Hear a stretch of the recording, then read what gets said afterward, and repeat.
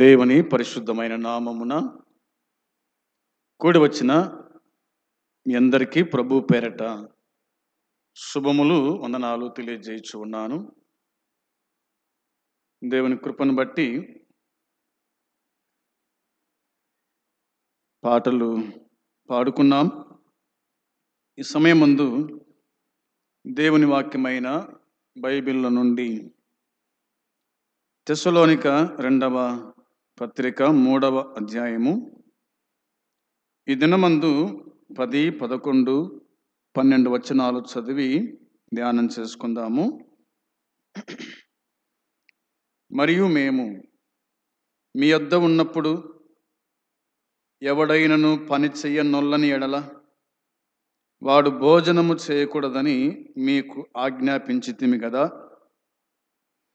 మీలో కొందరు ఏ పనియూ చేయక పరుల జోలికి పోవచ్చు అక్రమముగా నడుచుకొనుచున్నారని వినుచున్నాము. అట్టివారు నెమ్మదిగా పనిచేయచ్చు సొంతముగా సంపాదించుకొనిన ఆహారం భుజింపవలనని మన ప్రభువైన యేసుక్రీస్తు పేరట వారిని ఆజ్ఞపూర్వకముగా హెచ్చరించుచున్నాము. వాక్యం కోసమై ప్రార్థన చేసుకుందాం. ప్రేమ నమ్మకము కలిగిన మా పరలోకమందున్న మా తండ్రి, మీ పరిశుద్ధమైన పాదములకు వందనాలు, కృతజ్ఞతలు, స్తోత్రాలు, స్తుతులు చెల్లించుకుంటున్నాము. కనికర సంపన్నుడా, కృప చూపే దేవా, నిన్న నేడు ఏకరీతిగా ఉన్న పరలోకపు తండ్రి, మీ పాదములకు స్తోత్రం చెల్లిస్తూ ఉన్నాం. ఈ దినమందు నీ సన్నిధి మాకు ఇచ్చినందుకై స్తోత్రములు. కూడి వచ్చిన వారిని దీవించండి, బలపరచండి, కాపాడి జ్ఞాపకం చేసుకోండి.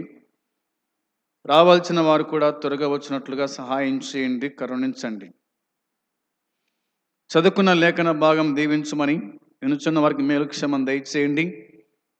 మాట్లాడుతున్న దినదాసుని కూడా మరుగుపరిచి మీరు మాట్లాడమని యేసుక్రీస్తు నామములో ప్రార్థించి అడిగి స్తుతించి వేడుకుంటున్నాము తండ్రి, ఆమేన్.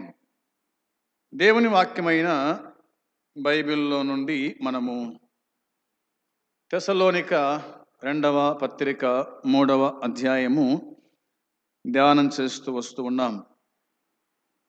ఈ దినమందు ఈ 3 వచనాలు మనము క్లుప్తంగా ధ్యానం చేద్దాం.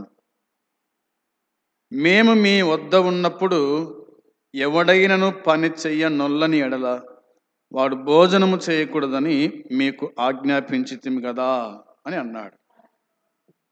మీకు ఆజ్ఞాపించితిమి కదా అని అన్నాడు. అంటే పని చేయకుండా భోజనము చేయకూడదు అని. పనిచేసేవాడు మాత్రమే భోజనము చేయాలి, పని చెయ్యని వాడు భోజనము చేయకూడదు అని ఈ మాటలు మనకు కనిపిస్తున్నాయి. ఇష్టం లేకపోతే పని చేయాలని ఉన్న పని దొరకని వారి గురించి పౌలు మాట్లాడటం లేదు, కానీ అవకాశం ఉండి కూడా పని చేయడానికి ఇష్టపడిన వారి గురించి మాట్లాడుతున్నారు. అవకాశం ఉండి కూడా పని చేయని వాళ్ళు ఉన్నారు. అవకాశం ఉంది పని చేయడానికి, కానీ పని చేయరు. ఇలాంటి వారు భోజనం చేయకుండా ఉండడమే మంచిది అని జ్ఞాపకము చేసినట్టుగా దేవుని వాక్యం మనకు గుర్తు చేస్తూ ఉంది. ఇందుకు గాను తెస్సలోనిక మొదటి పత్రిక 4వ అధ్యాయము 10వ వచనం చూడండి. తెస్సలోనిక మొదటి పత్రిక 4వ అధ్యాయము, అలాగుననే మాసిదోనియా అందంతటా ఉన్న సహోదరులందరినీ మీరు ప్రేమించున్నారు. సహోదరులారా, మీరు ప్రేమయందు మరి ఎక్కువగా అభివృద్ధి నొందుచుండవలననియు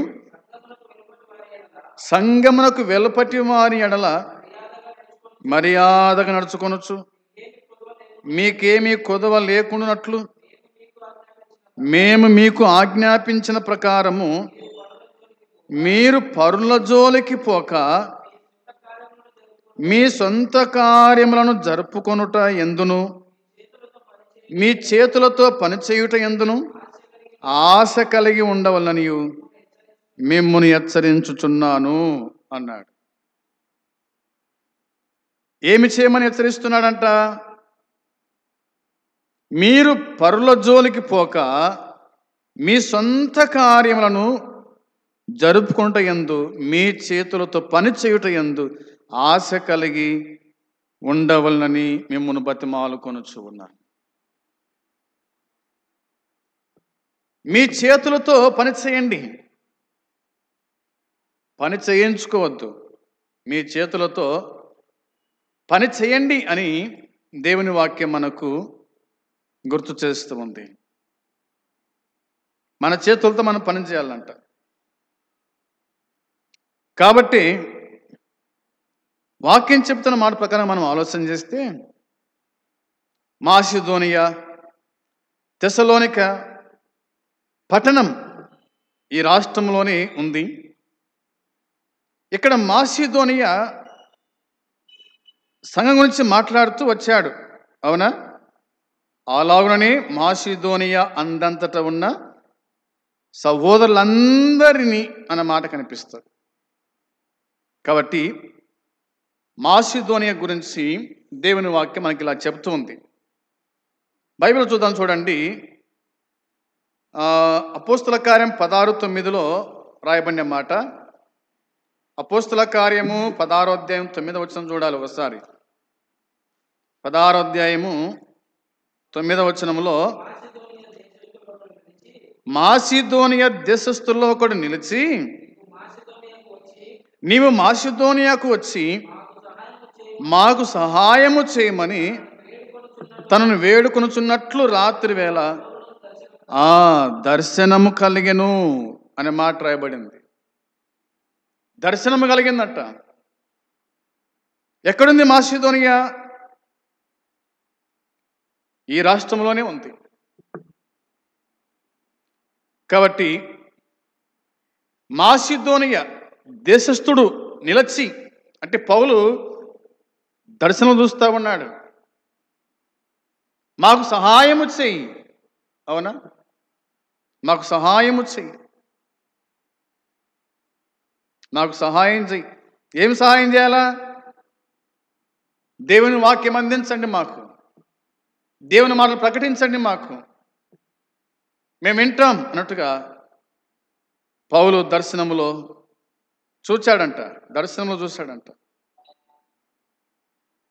వచనం 10 చూడగా, అతనికి ఆ దర్శనము కలిగినప్పుడు వారికి సువార్త ప్రకటించుటకు దేవుడు మమ్మను పిలిచి ఉన్నాడని మేము నిశ్చయించుకొని వెంటనే మాసిదోనియాకు బయలుదేరుటకు యత్నము చేసితిమి అన్నాడు. దేవుని సువార్త ప్రకటించటానికి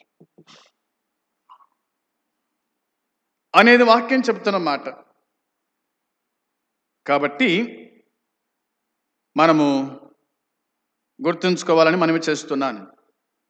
ఇంకా ఏమి రాయబడింది అంటే, నిజంగా మాసిదోనియా అంతటిలో ఉన్న సహోదరులందరినీ మీరు ప్రేమతో చూస్తున్నారు. అయినా సోదరులారా, ఇందులో మీరు అంతకంతకు అభివృద్ధి పొందాలని మిమ్మల్ని ప్రోత్సహిస్తానని చెప్పినాడు. అంతకంతకు ఏం చేయాలంటే అభివృద్ధి పొందేవారుగా ఉండాలి. అంతకంతకు అభివృద్ధి పొందేవారుగా ఉండాలి. ఎట్లా అభివృద్ధి పొందాలి? వీళ్ళు పనిచేసేవాడు అభివృద్ధి పొందుతాడు, పని చేయని వాడు అభివృద్ధి పొందుతాడా? ఏమాత్రం కూడా అభివృద్ధి పొందడు అనేది దేవుని వాక్యం మనకు గుర్తు చేస్తూ ఉంది. కాబట్టి క్రైస్తవ జీవితం నెరవేరేంత వరకు కూడా ఎప్పుడు మనము ఎదుగుతూ ఉండాల్సిందే. పని చేయాలా, పని చేయాలా. ఎవడైనా పని చేయనొల్లని ఎడల వాడు భోజనము చేయకూడదు అనేది మనకు అర్థమవుతూ ఉంది. 11-12 వచనాల్లో పౌలు జ్ఞాపకం చేసి అన్నాడనమాట. పౌలు మనకు ఒక మంచి ఆశయాన్ని చూపుతున్నట్టుగా వాక్యం చెబుతుంది. మనం ఎక్కడ ఉండాలని దేవుడు నిశ్చయించాడో అక్కడ ఉంచాడు. ప్రతి ఒక్కరికి చేయడానికి పని ఇచ్చాడు, అవునా? ప్రతి ఒక్కరూ చేయడానికి దేవుడు పని ఇచ్చినాడు. పని చేయాలి. సోమరులుగా ఏమాత్రం కూడా ఉండకూడదు. పని చేయడానికే దేవుడు పుట్టించినాడు అనేది మనకు అర్థమవుతుంది. ఇతరుల వ్యవహారాల్లోకి వేలు పెట్టడం మనము ఓర్పుతో ఆ పని చేసుకుంటూ పోయేవారుగా ఉండాలి. కాబట్టి సొంత చేతులతో పని చేయండి అన్నాడు. సొంత చేతులతో పని చేయండి అని అంటాడు. అంటే ఇప్పటిలాగానే అప్పుడు కూడా కొందరు చేతులతో కష్టించి పని చేయడం అనేది పరువు తక్కువ పని అని హీనమైన వాళ్ళు భావించారంట. కాదు, ఈ గొప్ప పౌలు చెప్తున్న మాట ఏమిటంటే, మీరు మీ చేతులతో పని చేయండి, పని చేయండి, పని చేయండి. పౌలుడు పనిచేశాడు కదా. అపోస్తల కార్యం 18:3 అకుల ప్రిస్కిలతో కలిసి పౌలు డేరాలు కుట్టాడు కదా. మీ చేతులతో మీరు పని చేయండి, పని చేయండి. పని చేసిన వాడు పని చేయమని చెప్పడం తప్పేముంది? నేను పని చేస్తున్నాను కాబట్టి మీరు కూడా పని చేయండి, సోమరులుగా ఎప్పటికీ ఉండవద్దు అని తానే జ్ఞాపకం చేశాడు. కాబట్టి ప్రతి విశ్వాసి కూడా పని చేసేటువంటి వాడుగా ఉండాలి అనేది దేవుని వాక్యం మనకు స్పష్టం చేస్తుంది. రండి, తెస్సలోనిక 2వ పత్రిక 3వ అధ్యాయము 11వ వచనం చదువుకుందాం. 11వ వచనంలో మీలో కొందరు ఏ పని చేయక పరుల జోలికి పోవచ్చు అక్రమముగా నడుచుకొనుచున్నారని వినుచున్నాను అనే మాట వ్రాయబడింది. ఇతరుల జోలికి పోతూ ఉన్నారంట. అవునా? మీలో కొందరు ఏ పని చేయక పరుల జోలికి పోవచ్చు ఉన్నారు. ఇతరుల జోలికి మనం ఏమాత్రం కూడా పోవద్దని వాక్యం చెబుతూ ఉంది. దేవునికి చేతులు ఇచ్చాడు, కష్టించి పని చేసుకో, కానీ పనిచేసేవారిని చెడగొట్టద్దు, పనిచేసేవారిని చెడగొట్టద్దు. తాను చెడిన కోతి వనమంతా చెడగొట్టినట్టుగా. అవునా? ఇలాంటి వారు తాము చెడిపోతారు, ఇతరులను చెడగొడతారు. అందుకని పౌలు అన్నాడు, ఇతరుల జోలికి పోవద్దు అన్నాడు. అలా పని చేసేవాన్ని, అలా పని చేయని వారు ఇతరుల వ్యవహారాల్లో జోక్యము కలగజేసుకోవడం తరచుగా జరుగుతుండేటువంటిది.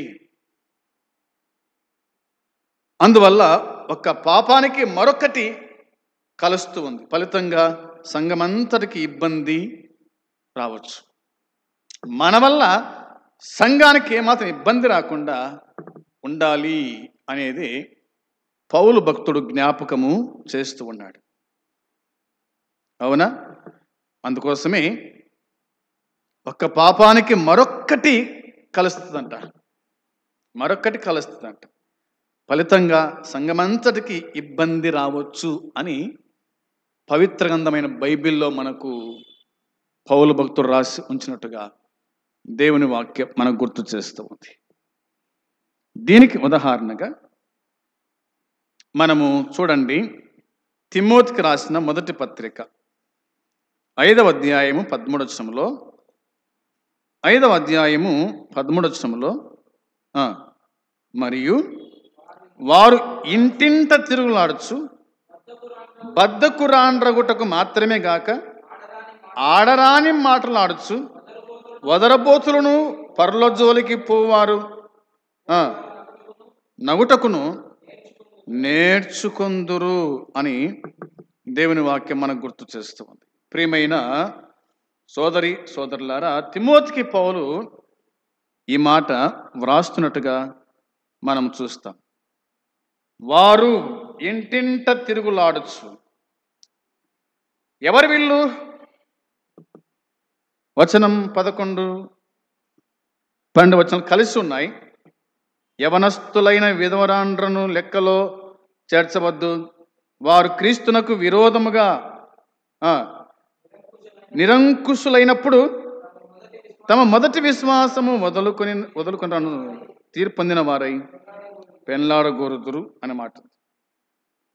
కాబట్టి వారు ఇంటింట తిరుగులాడచ్చు, బద్ధకురాండ్రగుటకు మాత్రమే గాక ఆడరాని మాట్లాడచ్చు, వదరబోతులను పర్లజోలికి పోవారు నగుటకును నేర్చుకొందురు అని తిమోతికి పౌలు లేఖ రాసినట్టుగా దేవుని వాక్యమైన బైబిల్ మనకు జ్ఞాపకము చేస్తూ ఉంది. కాబట్టి సోదరి సోదరులారా, యవన ప్రాయములో ఉన్న విధవరాండ్రను సంఘ పరిచర్యలో ఎందుకు ఉంచకూడదో ఇదొక కారణం మనకు కనిపిస్తుంది. ఉంచకూడదు, పరిచర్యలో ఉంచకూడదు అనేది వాక్యం చెబుతుంది. మరోసారి మాట చెప్తాను. యవన ప్రాయములో ఉన్న విధవరాండ్రను సంఘ పరిచర్యలో ఎందుకు ఉంచకూడదో ఇదొక కారణం ఇక్కడ మనకు జ్ఞాపకము చేస్తూ. కాబట్టి జాగ్రత్త పడవలసిందిగా ప్రేమతో దేవుని వాక్యము చేత మనకు హెచ్చరిక కలుగుతుందనే విషయాన్ని గుర్తుపెట్టుకోవాలి. వచనము 12 కూడా చదువుకుందాం రండి. తెస్సలోనిక 2వ పత్రిక 3వ అధ్యాయము వచనము 12లో రాయబడిన మాట. అట్టివారు నెమ్మదిగా పనిచేయుచు సొంతముగా సంపాదించుకొనిన ఆహారమును భుజింపవలనని మన ప్రభువైన యేసుక్రీస్తు పేరట వారిని ఆజ్ఞపూర్వకముగా హెచ్చరించుచున్నాను అని అన్నాడు. ఏం చేశాడు పౌలు? ఏమి హెచ్చరికిస్తున్నాడు పౌలు? అవునా, నెమ్మదిగా పనిచేయచ్చు అన్నాడు. నెమ్మదిగా పనిచేయచ్చు. ఏం చేయాలా? సొంతముగా సంపాదించుకుని ఆహారం భుజింపవలనని మన ప్రభువైన యేసుక్రీస్తు పేరట వారిని ఆజ్ఞపూర్వకంగా హెచ్చరించుచున్నాను అన్నాడు. అలాంటి వారు ప్రశాంతముతో పని చేసుకుంటూ సొంతంగా ఆహారము సంపాదించుకొని తినాలని పౌలు అన్నాడు. సొంతంగా పని చేసుకోవాలంట, ఆహారం సంపాదించుకోవాలంట, తినాలి. మంది సంపాదించింది మనం తినకూడదు అని జ్ఞాపకం చేశాడు. అవునా? ఆదేశించను అన్నమాట. ఆదేశించినాడు. 4-5 వచనాల్లో తెస్సలోనిక 2వ పత్రిక 3వ అధ్యాయము 4-5 వచనాల్లో మేము మీకు ఆజ్ఞాపించిన వాటిని మీరు చేయుచున్నారనియు ఇక చేయుదురనియు ప్రభునందు మిమ్మును గూర్చి నమ్మకము కలిగి ఉన్నాను. దేవుని యందలి ప్రేమయు క్రీస్తు చూపిన ఓర్పును మీకు కలుగునట్లు ప్రభు మీ హృదయములను ప్రేరేపించునుగాక. వచ్చిన మారు కూడా చదువుకుందామండి. సహోదరులారా, మా వలన పొందిన బోధన ప్రకారము కాక అక్రమముగా నడుచుకొనొచ్చు ప్రతి సహోదరుని యొద్ద నుండి తొలగిపోవాలని మన ప్రభువైన యేసుక్రీస్తు పేరట మీకు ఆజ్ఞాపించుచున్నాను అన్నాడు. మీకు ఆజ్ఞాపించుచున్నాను. 4వ వచనంలో మీకు ఆజ్ఞాపించుచున్నాను. అవునా? 6వ వచనంలో మీకు ఆజ్ఞాపించుచున్నాను. 12వ వచనంలో మీకు ఆజ్ఞాపించుచున్నాను. ఆజ్ఞపూర్వకంగా హెచ్చరించుచున్నాను. ఆజ్ఞపూర్వకంగా హెచ్చరిస్తున్నాను. ఇది నా మాట కాదు, దేవుడు ఆజ్ఞాపించాడు. నేను ఆజ్ఞపూర్వకంగా హెచ్చరిస్తూ ఉన్నా. ఏమని హెచ్చరించినాడు అంటే, నెమ్మదిగా పని చేయొచ్చు, సొంతముగా సంపాదించుకుని ఆహారం భుజింపవలనని. అవునా? దేవుని పేరట ప్రభువైన యేసుక్రీస్తు పేరట ఆజ్ఞపూర్వకముగా నేను మీకు ఆజ్ఞాపించుచు ఉన్నాను. ఆజ్ఞాపించాడు. ఆజ్ఞాపించిన వాటిని మనము చేసేవారుగా ఉండాలని దేవుని వాక్యం మనం గుర్తు చేస్తుంది. పౌలు ఆజ్ఞాపించాడు, సంఘస్థులారా జాగ్రత్త అని. అవునా? దాన్ని మనము నెరవేర్చేవారుగా ఉండాలి, అలా చేసేవారుగా ఉండాలి అనేది దేవుని వాక్యం మనకు గుర్తు చేస్తూ ఉంది. అందును బట్టి ఈ 3 వచనాలు రాయబడిన మాటను మనం ఆలోచన చేయగా, మరి పని చేయనని వాడు భోజనము చేయకూడదు అని మీకు ఆజ్ఞాపించుతుని కదా అని అన్నాడు. మీలో కొందరు ఏ పని చేయక పరుల జోలికి పోవచ్చు అక్రమంగా నడుచుకొనుచున్నారని వినుచున్నాను. అట్టి వారు నెమ్మదిగా పని చేయొచ్చు, సొంతముగా సంపాదించుకుని ఆహారమును భుజింపవలనని మన ప్రభు అయిన యేసుక్రీస్తు పేరట వారిని ఆజ్ఞపూర్వకంగా హెచ్చరిస్తూ ఉన్నాను అని జ్ఞాపకం చేశాడు. కాబట్టి ఇవన్నీ కూడా ఒకవేళ మనకు తగినట్టు కావచ్చు, ఒకవేళ ఇవి వినుచున్న వారికి తగినట్టు కావచ్చు, ఏదేమైనా కానీ మనము చేయాల్సిన పని మనము చేసేవారుగా ఉండాలి. పని ఉండి పని చేయకపోతే గనక, పని లేక కొందరు పని కోసమై ఆరాటపడుతున్నారు. కానీ పని ఉండి కూడా మనం పని చేయకపోతే గనక మనము సోమరులము అనేది దేవుని వాక్యం గుర్తు చేస్తూ ఉంది. అందుని బట్టి పని చేయాలా, పని చేయకుండా భోజనం చేయకూడదు. పని చేసేవాడు నెమ్మదిగా ఉంటారు. అవునా? పగలంతా పని చేస్తారు, ఇంటికి వస్తారు, భోజనం చేస్తారు, కంటారా నిద్రపోతారు అనేది మనకు బాగా అర్థమవుతుంది. కాబట్టి ఆమె పని చేయకుండా భోజనం చేయదు అని గుణవత్తైన భార్య గురించి రాయబడిన మాట. ఆమె పని చేయకుండా భోజనం చేయదంట. మనం ఎన్నిసార్లు పని ఎగ్గొట్టింటామో ఏం కథనం. అవునా? పని ఉండి పని చేయగలిగుడుక పని ఎగ్గొట్టిన వాళ్ళమై ఉన్నాం మనం. అలా ఉండకూడదు, పని చేయాలా అనేది వాక్యం చెబుతుంది. యేసుక్రీస్తు గుడుక ఆయన తండ్రి అప్పగించిన పని ఆయన తుదముట్టించాడు. అవునా? ప్రభు ఇటన్నాడు, తండ్రి చేయుటకు నువ్వు నాకు ఇచ్చిన పని ముగించినాను అని జ్ఞాపకం చేశాడు. నిజమే, తండ్రి ఏ పని అప్పగించాడో కుమారుడు చేశాడు. అదేవిధంగా మనకు అప్పగించిన పని మనము సంపూర్తి చేసేవారుగా ఉండాలి. పనులు చాలా ఉన్నాయి కదా. పొలానికి పోయే వాళ్ళకు పని ఉంది, ఒక సమయం ఉంటే సమయం వరకు పని ఉంది. ఉద్యోగాలు చేసే వారికి పని సమయం ఉంది. 6కి పోతే 2 కల్లా ఇంటికి వస్తూళ్ళు ఉన్నారు. అవునా? 10కి పోతే 4కి ఇంటికి వస్తూళ్ళు ఉన్నారు. 4కు పోతే రాత్రి 2 గంటలకు ఇంటికి వస్తూళ్ళు ఉన్నారు. అంటే నీ పని అంతా కూడా పూర్తి చేసి వస్తే నీకు తృప్తి, చేయించుకునేవాడు ఆనందపడతాడు. అట్లా మనము దేవునికి ఘనత మహిమ తెచ్చేవారుగా ఈ లోకంలో మనం ఉండాలన్న సంగతి జ్ఞాపకం చేసుకుంటూ ప్రభు పనిలో మనం ముందుకు సాగుదాం. సంఘాలలో పనిచేసే వాళ్ళు పని చేయండి, తప్పించుకోవద్దు. పని ఉంది, పని చేయాల. సువార్త పని ఉంది, మందిరంలో పనులు ఉన్నాయి. ఇవన్నీ కూడా దేవుడు మనకు అప్పగించిన పని. పని దొరకక చాలామంది ఇబ్బంది పడుతున్నారు. మనకు పని నుండి మనం తప్పించుకొని తిరుగుతే కనుక మనం సోమరులమనే సంగతి వాక్యం చెబుతుంది. కాబట్టి మరి దేవుడు ఏం చెప్పినాడో ఆ పని, మనం ఏ పని చేయగలుగుతామో ఆ పని మనము చేసేవారుగా ఉండాలి. ఇతరులకు అప్పగించకూడదు, ఇతరులకు అప్పగించి మనము పోకూడదు. మన పని ఏందో మనం చెయ్యాలి అనేది వాక్యం చెబుతుంది. ఆ ప్రకారంగా చేయుటకు దేవుడు మనకు సహాయము చేయునుగాక. ఆమేన్. పరమందున్న తండ్రి, మీ పాదములకు వందనాలు, స్తోత్రములు, కృతజ్ఞతాస్తుతులు చెల్లించుకుంటున్నాం. దేవ, పనిని గురించి కొన్ని మాటలు మీరు మాకు తెలియజేశారు. ఇందులో మా వంతు కూడా ఉంది. మేము కూడా మీరు మాకు అప్పగించినటువంటి పనిని చేయుట కృప దయచేతని జ్ఞాపకం చేసుకోండి. కరుణించి కనికరించమని, కాపాడమని, ఎందరి వాక్యం వినగలిగిన వారి జీవితాల్లో కార్యం జరిగించి ప్రతిఫలం దయచేసి దేవా, కరుణించి దర్శించమని మీకు అప్పగించుకుంటూ యేసయ్య పరిశుద్ధమైన నామములో అడిగి వేడుకుంటున్నాము తండ్రి.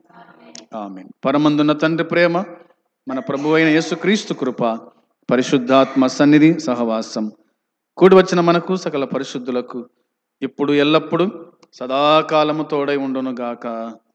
ఆమేన్. అందరికీ వందనాలు.